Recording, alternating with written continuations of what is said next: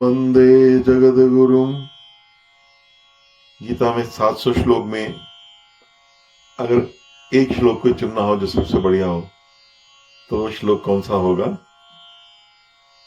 जो कि सर्वसम्मति से सबसे उत्कृष्ट माना गया है? वो है मन्मना भव मद्भक्तो मध्याजी माम नमस्कुरु मामे वैश्यसि सत्यम ते प्रतिजाने प्रियोसि में। ये 2 बार श्लोक आया है गीता में। इसका अर्थ है भगवान कह रहे हैं मुझका चिंतन कर, मेरी आराधना कर और जो कुछ करे सो मेरे लिए कर और मुझे प्रणाम कर। ऐसा करने से तू अवश्य मुझे पालेगा। पालेने का भाव है अपने अंदर बाहर सब जगह तुझे परमात्मा का ही दर्शन होगा। और भगवान इसमें कहते हैं मैं तो सत्य भाव से विश्वास दिलाता हूं क्योंकि तू मुझे प्यारा है। अब इस श्लोक की जो पहला श्लोक है वो सर्वगुह्यतमं भूय शृणु मे परमं वचः, कि मेरे बहुमूल्य उपदेश को सुन। ये सबसे गूढ़ और पवित्र सिद्धांत से भरा हुआ है, तो इसलिए भगवान ने स्वयं इस बात को स्पष्ट शब्दों में कह दिया। उसके बाद ये श्लोक आया है।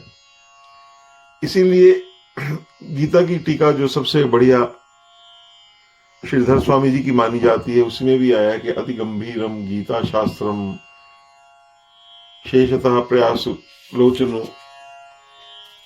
उसका भाव यही है कि जो लोग गीता रूपी अगाध सागर में गोता नहीं लगा सकते उनके लिए अब भगवान सारभूत सिद्धांत समझाते हैं।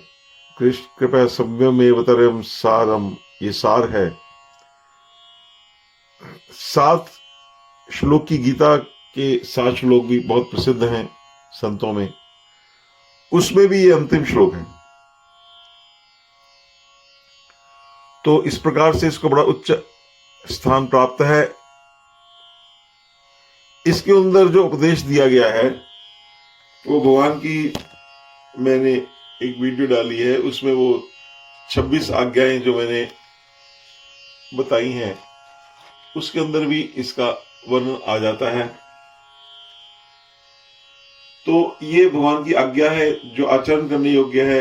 ये आपकी आत्मा को हिला देगा, जोश से भर देगा, क्योंकि इसके अंदर जो बात कही गई है वो बड़े प्रेम से जोर से कही गई है। भगवान ने ये कहा है तू मेरा अति प्रिय है, मैं तो विश्वास दिलाता हूं। इस प्रकार दीन से दीन, हीन से हीन मनुष्य भी सच्चे दिल से परमात्मा को नमस्कार कर इसकी सेवा कर सकता है।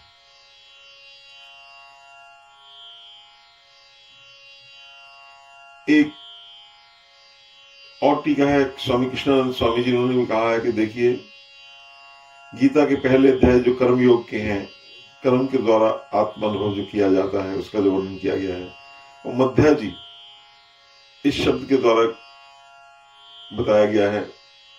अगले 6 अध्याय भक्ति के हैं, भक्ति योग, भक्ति के द्वारा परमात्मा की प्राप्ति, मद भक्ता इसमें आ जाता है।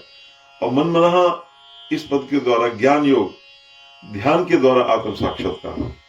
तो ये जो तीनों हमारे बताई गई हैं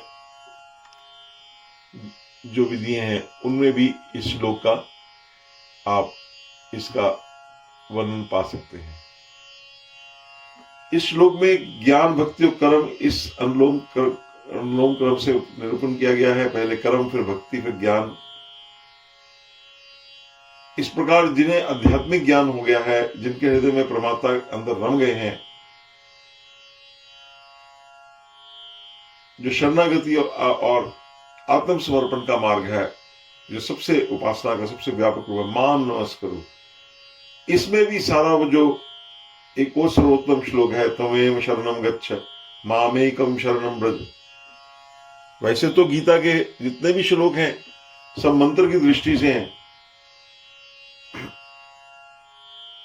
और दिन में जितनी बार इस प्रसिद्ध श्लोक की आप व्याख्या, इसका अर्थ समझेंगे तो आपका गीता का पाठ हो जाएगा। इसके अंदर गीता एवं उपनिषदों के का सार गागर में सागर की तरह भर दिया गया है। ये श्लोक हमें यह भी बतलाता है कि कर्म भक्ति और ज्ञान, इन तीनों का अभ्यास करते रहने से अर्थात जो कुछ भी हम करें, अनुभव करें और सोचें, वह सब उसी परमात्मा के लिए करने रहने से हम उस परमात्मा के वात्सल्य गोद में